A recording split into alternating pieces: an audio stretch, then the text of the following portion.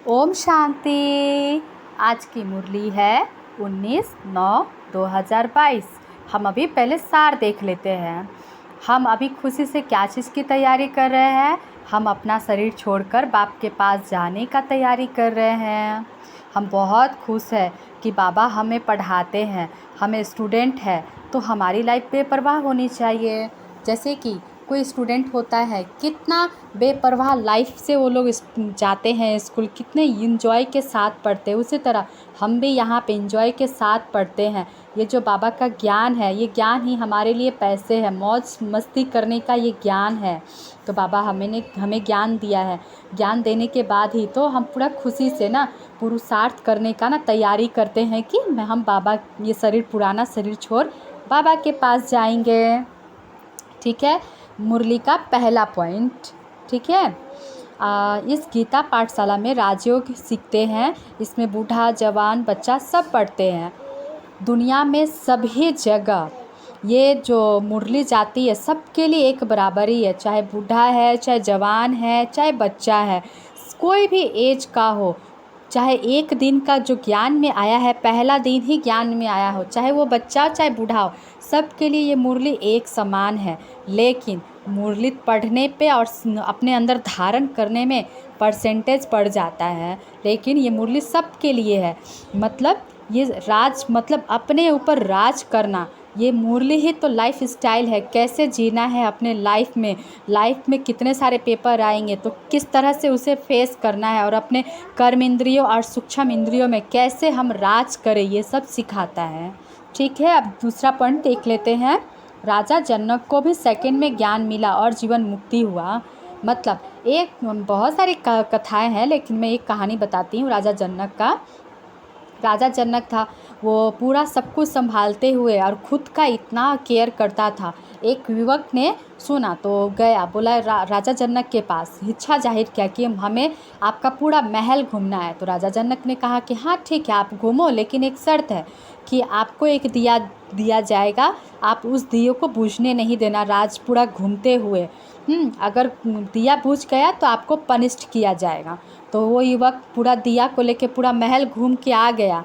जब जनक ने पूछा कि आपको कौन सा भाग अच्छा लगा, तो उस युवक ने कहा कि मैं तो दिए पे ही ध्यान दिया और महल पे ध्यान ही नहीं दिया, घूमा सब जगह लेकिन कोई भी चीज़ को नहीं देख पाया। तो राजा जनक ने कहा कि देखो, ऐसे ही राजमहल संभालना और घूमना बड़ी बात नहीं है, खुद का ध्यान रखना। मतलब दिया क्या है? आत्मा का दिया। हम सुबह से लेकर रात तक बहुत सारे पेपर आएंगे, लेकिन फेस करना है, लेकिन डल नहीं पड़ना है। किसी ने कुछ कह दिया, कोई भी पेपर आया, हमें अपनी आत्मा पे बहुत ध्यान रखना है, अपनी मन का बहुत ध्यान रखना है। किसी की कोई परिस्थिति में या परचिंतन में नहीं जाना है। कोई भी पेपर आए, बस हमें उसको फेस करके सॉर्ट आउट करके आगे चलना है, हमें पुरुषार्थ का सहारा लेकर।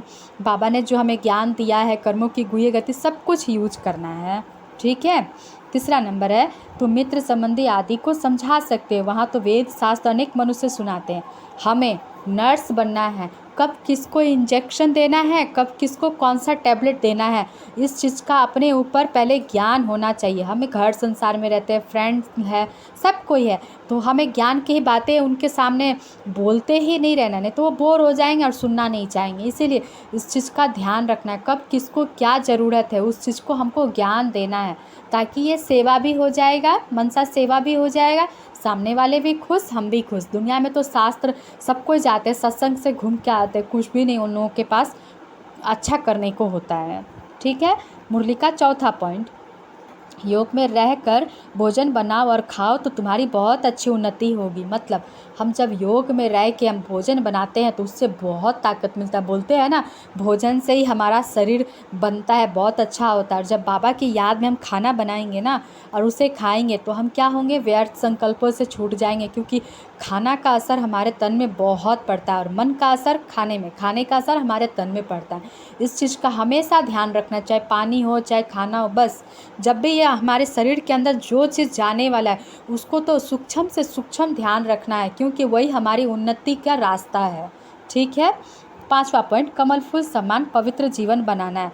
मतलब ब्रह्मचर्य नहीं, हमें पूरा पवित्र बनना है।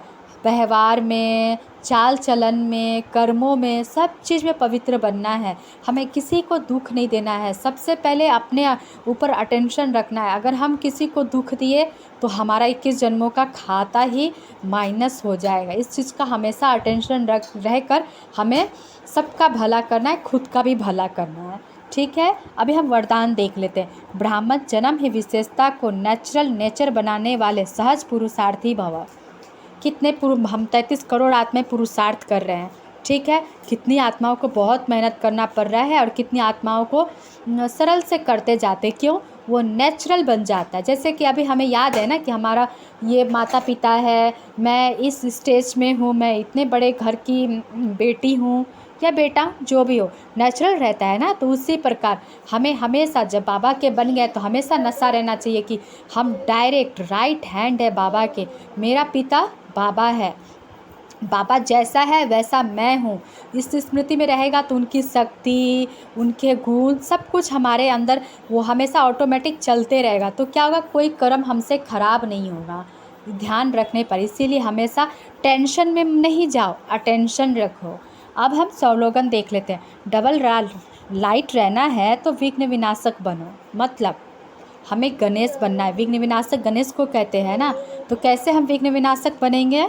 कोई भी पेपर आएगा तो हमें कर्मों की गुह्य गति, श्रीमत, डिटैचमेंट, ये सब चीज़ को याद रख के हमें हर कर्म, एक होता है ना कि इमीडिएटली कोई कर्म हो जाता है तो उसी टाइम हमें सोचना चाहिए कि हम कोई कर्म करेंगे तो उसका फल क्या निकलेगा। इसलिए हम क्या हो जाएंगे, विघ्न विनाशक हो जाएंगे और हम डबल लाइट हो जाएंगे कि हमसे कुछ खराबी ही नहीं हुआ है, सामने वाला का कोई हानि ही नहीं हुआ है, ना मेरा हानि हुआ है। हम किसी को गलत कुछ कहे नहीं कि हमारा 21 जन्मों का खाता में माइनस हो। तो डबल लाइट हो जाएंगे ना, हल्के हो जाएंगे। हल्का जो रहता है वो बहुत ही निरोगी रहता है और बहुत आसमान के ऊपर उड़ता है। उड़ना है बाबा के परम धाम की ओर, तो हमें डबल लाइट रहना है। अच्छा, ओम शांति।